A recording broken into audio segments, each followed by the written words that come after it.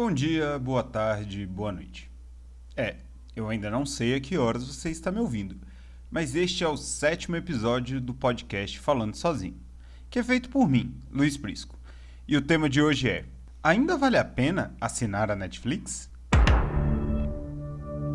Por favor, se você está ouvindo a gente em uma plataforma de podcast, segue o Falando Sozinho, é muito importante. E se você está ouvindo pelo YouTube, deixe seu like e não se esqueça de se inscrever no canal. Tem muito mais conteúdo aqui.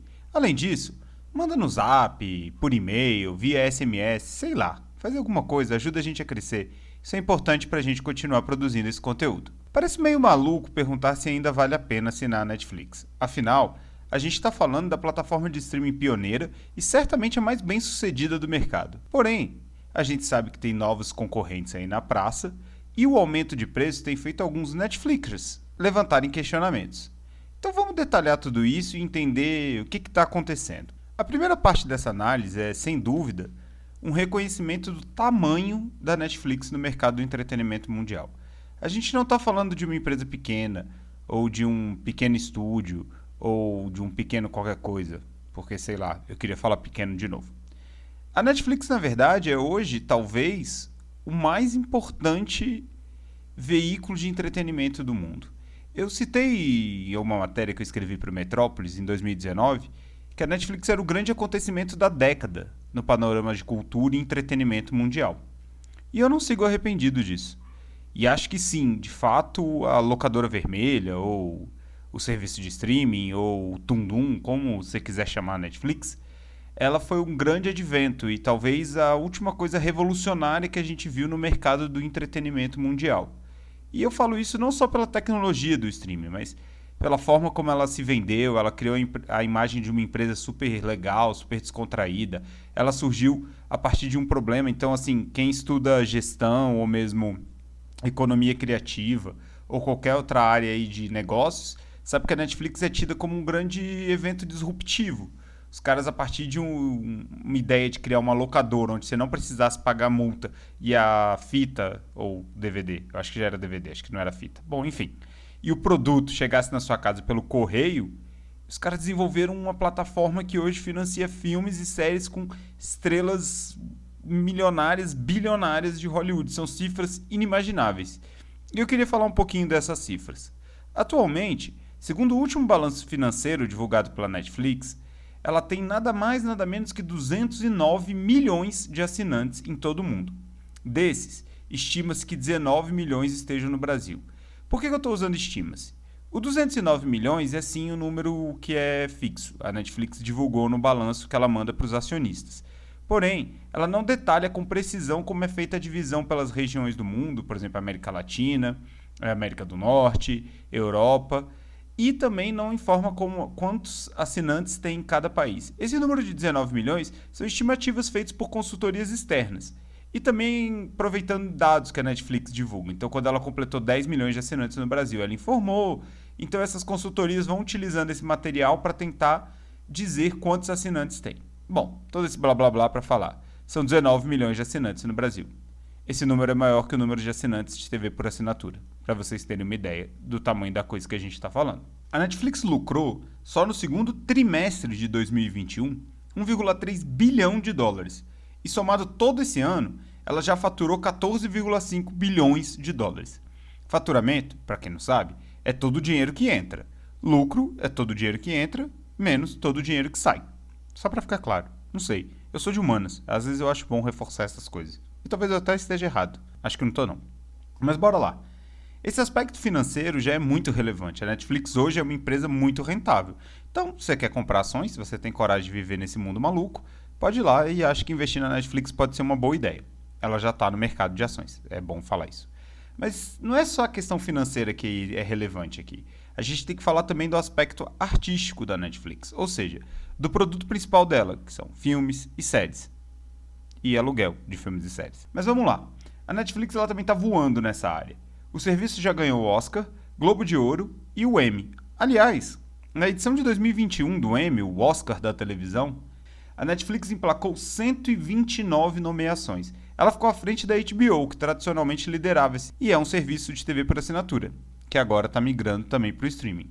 Somente a quarta temporada de The Crown, aquela série sobre os bastidores da realeza britânica, teve 24 indicações e se tornou a recordista dessa edição. É coisa pra caramba, né? Se você pensar que ela tá concorrendo com toda a TV aberta norte-americana, toda a TV fechada e os outros serviços de streaming.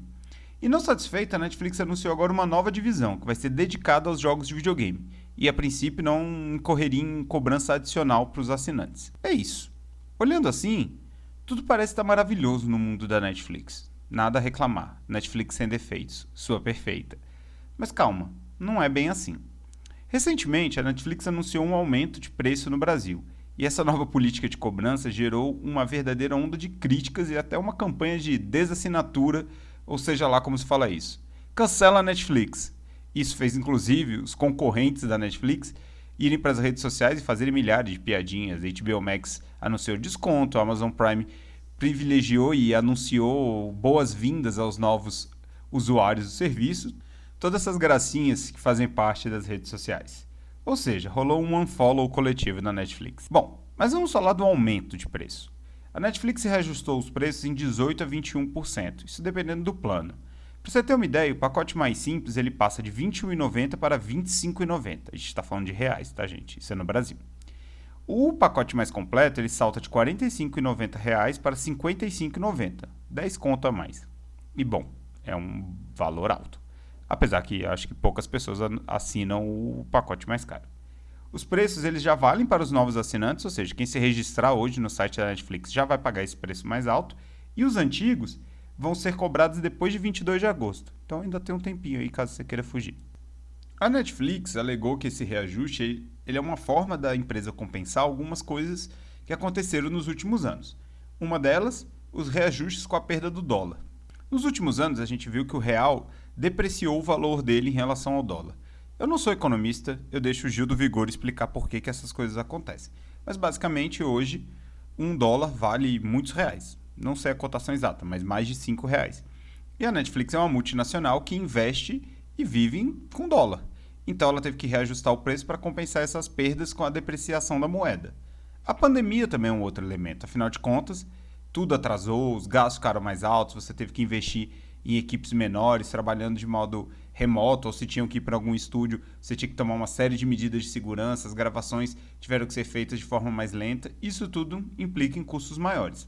Uma melhora no serviço, isso aí realmente eu não sei qual é essa melhora no serviço que a Netflix está falando, mas é a justificativa deles, e maior oferta de conteúdo.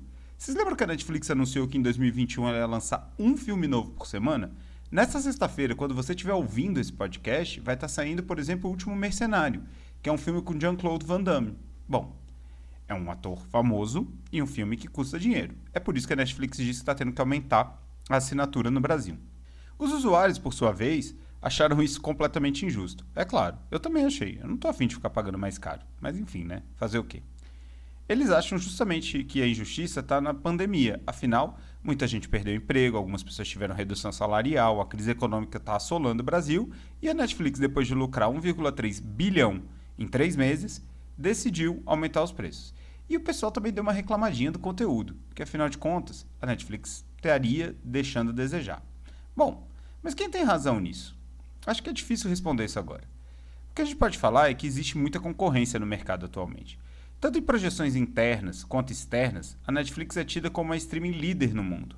No Brasil, a depender da consultoria que vai informar esses dados, as taxas variam, mas a locadora vermelha teria mais ou menos 30% do mercado de streaming, à frente de Amazon Prime Video, Disney Plus, Globoplay e HBO Go e Telecine. O HBO Go, bom, não existe mais. Agora é HBO Max e vamos ver se isso vai dar efeito positivo ou negativo nas taxas desse serviço. Boa parte dessa liderança da Netflix foi construída quando ela ainda reinava sozinha nesse mercado. Não tinha ninguém com ela. Ela era o único serviço de streaming disponível. Isso, bom, se não fosse o único disponível, era o melhor, ou pelo menos o mais conhecido, vamos dizer assim. Acho que isso define melhor. Era o serviço de streaming mais conhecido que tinha no mercado. A concorrência mais óbvia era os serviços on-demand das TVs por assinatura. Tipo o NetNow, Claro Vídeos, que, bom, não tinham esse potencial todo para concorrer com a Netflix aqui no Brasil. Isso ficou para trás. Globalmente, e, bom, em certa medida isso se repete no Brasil, a Disney e a HBO são as principais concorrentes da Netflix. Isso porque a Disney é um conglomerado gigante que tem 1 milhão de canais e, enfim, empresas dentro desse guarda-chuva. HBO Max é o Warner Media, né? Então também tem muitos filmes e séries e produções, canais de TV, enfim, um grande conglomerado que está dentro aí dessa nova concorrência com a Netflix. Nesse caso, o Amazon Prime Video e o Apple TV Plus, eles não podem entrar nessa análise, porque afinal de contas, mídia não é o principal negócio deles. Um é um grande vendedor de produtos, o outro é uma grande empresa de tecnologia que vende celular e computador. Então, não é mídia, né? Apesar deles também estarem nesse canal aí, nesse mercado. Mas vamos lá. O Disney Plus, estima-se, tem 67 milhões de assinantes no mundo. E você vai falar, tá, bem menos que os 209 milhões da Netflix. E eu vou falar, ok, isso tá certo. Mas o Disney Plus é bem mais novo. Ele tem 2 anos de operação. No Brasil, ele chegou no final de 2020. E ele já tem esse grande volume de assinantes. Então, bom, isso acende o alerta do pessoal na Netflix. A concorrência, ela tira clientes da Netflix. E principalmente porque eles veem os preços agressivos que os concorrentes estão trazendo. A HBO Max, por exemplo, no Brasil, ela tá, assim, apelando, né? Ok, é uma ótima apelação pra gente. Porque ela está oferecendo 50% de desconto e está estendendo esse preço aí por um bom tempo. O Disney Plus, por exemplo, tem trabalhado com pacotes de assinatura, parceria com a Globoplay, e vai ter agora um combo aí para esse novo serviço que eles estão lançando, o Star Plus, que é um serviço mais focado em esportes e conteúdo adulto. E ao tirar esses clientes da Netflix, esses serviços e a própria lógica do mercado, eles confirmam uma ideia, a hipótese dos usuários que reclamaram do aumento do preço. Portanto, 1-0 para os usuários. Os novos serviços também tiram o catálogo da Netflix. Você pode estar se perguntando, como assim? Bom, se o Disney Plus lançou, séries e filmes da Marvel não vão estar em nenhum outro serviço de streaming que não seja o Disney Plus. O mesmo vale para os filmes da Warner. King Kong, Godzilla vs King Kong, Harry Potter e, bom, tantas outras franquias que a Warner detém que não vão mais ficar disponíveis em nenhum outro serviço de streaming, só no HBO Max. Isso a gente pode aplicar a todos os outros serviços. Essa questão é importante porque faz a Netflix perder seu conteúdo e ela precisa repor. E para repor, ela tem que investir em novas produções, produções originais, séries e filmes criados pelo próprio canal, que, bom, como a gente já falou em outros podcasts, está desesperado atrás de uma franquia para chamar de sua. E assim, ela precisa investir mais. Mais investimento gera mais custo. Portanto, 1-1 nesse jogo. A Netflix empatou. Mas e aí? Como faz para desempatar? Essa resposta é difícil, porque quando a gente fala de gosto, né, do que vale a pena, do que não vale a pena, do que é bom, do que é ruim, existe um certo grau de subjetividade nisso tudo. Ou seja, o meu olhar é contaminado pelas minhas preferências. Mas, cara, vamos lá. Tanto a Netflix quanto os consumidores têm sua dose de razão. E eu prometo que eu não vou ficar em cima do muro. Melhor, eu acho que eu não vou ficar. Eu vou tentar dar uma resposta, mas eu acho que a gente precisa analisar tudo isso dentro de um contexto. É fato que a Netflix tem lançado muita coisa. Toda semana ela lança um filme. Isso é um feito louvável. Cara, um filme por semana é muita coisa. A produção de um filme, por mais besta que seja o filme, por mais simples que seja o filme, por história mais boba ou mais complexa que seja, é muito complicado. Envolve atores, direção, produção, gravações externas, edição. Ufa, é muita coisa. Então, é realmente louvável essa iniciativa da Netflix. Se a gente lembrar, por exemplo, durante a pandemia, a Netflix abriu espaço para filmes que não conseguiam chegar aos cinemas. Isso ajudou muito o cinema nacional, por exemplo. Filmes como Salafrários, que tem o Marcos Magela e a Samantha Schmutz, foi exibido na Netflix. Cabras da Peste, eram filmes que estavam previstos para o cinema, mas a pandemia não fez eles chegarem ao cinema e a Netflix lançou eles e conseguiu bom alcance para essas produções. Acontece que tem aquele clichê. Quantidade não é qualidade. Isso tem afetado a Netflix. Esse tanto de filme lançado, ou a gente pode falar também esse tanto de série lançada, acaba dando a sensação de que tem muito material aí que é genérico. É o famoso filler, tá ali só para cumprir espaço, só para tá lá mesmo, só para preencher uma lacuna. Bom, eu vou falar de um que eu achei o mais genérico de todos os lançados na Netflix recentemente, que é o filme Power. Vocês lembram dele? É sobre uma galera que toma uma pílula e ganha superpoderes e tal. O filme tem no elenco ninguém mais ninguém menos que Jamie Foxx e Joseph Gordon-Levitt. Olha só, é um elenco hollywoodiano para um filme super genérico e que acabou não atendendo às expectativas. Por outro lado, a gente não pode negar, tem muita coisa boa saindo da Netflix. Bom, vou pegar produções recentes. Roma, do Alfonso Cuarón, disputou o Oscar. O Irlandês, do Scorsese, disputou o Oscar. E até nessa área mais pop, no cinema de ação, por exemplo, O Resgate, com Chris Hemsworth, é um filme sensacional e muito bom e que ganhou elogios da crítica e teve boa visualização do público. Acho que o mesmo vale para séries. Lá no comecinho a gente mencionou esse tanto de série premiada, que está concorrendo ao Emmy e tudo mais. Mas se a gente parar para pensar, só em 2021 a Netflix lançou Sombriossos, que promete ser uma grande franquia, Lupin, aquela série francesa que virou um viral, e Sweet Tooth, que é baseada nos quadrinhos da DC e, bom, virou uma das séries mais legais, inclusive foi renovada para a segunda temporada. Isso se a gente não mencionar as que já são consagradas, como The Crown, Ozark, Stranger Things. E, cara, são todas criações originais da Netflix. Eu prometi que eu não ia ficar em cima do muro. Eu sei. Por isso, lá vai. A minha opinião é que claramente vale continuar assinando a Netflix. Eu acho que eu estou construindo esse argumento ao longo desse podcast e você já chegou aqui meio que entendendo que eu ia falar isso. É claro se você tiver condições financeiras, porque, bom, não é só o Brasil que está em crise, o mundo está em crise. E, bom, também é muita pretensão minha achar que o mundo me ouve. Mas se você me ouve, você está no Brasil. E você sabe que o dinheiro aqui está complicado. Então, se você tiver condições, é claro que vale. Vale demais. E vale porque a Netflix ainda é o serviço de streaming com o maior número de opções no mercado. As produções originais do canal têm ganhado destaque tanto na crítica quanto no público, e não importa se elas são mais pops ou se elas são mais cabeças. Quem fala cabeça, né? Pelo amor de Deus. Cult, sei lá. Sei lá o que eu quis dizer. Quis dizer se elas são produções, vamos dizer assim, mais elaboradas. Todas estão ganhando muito destaque.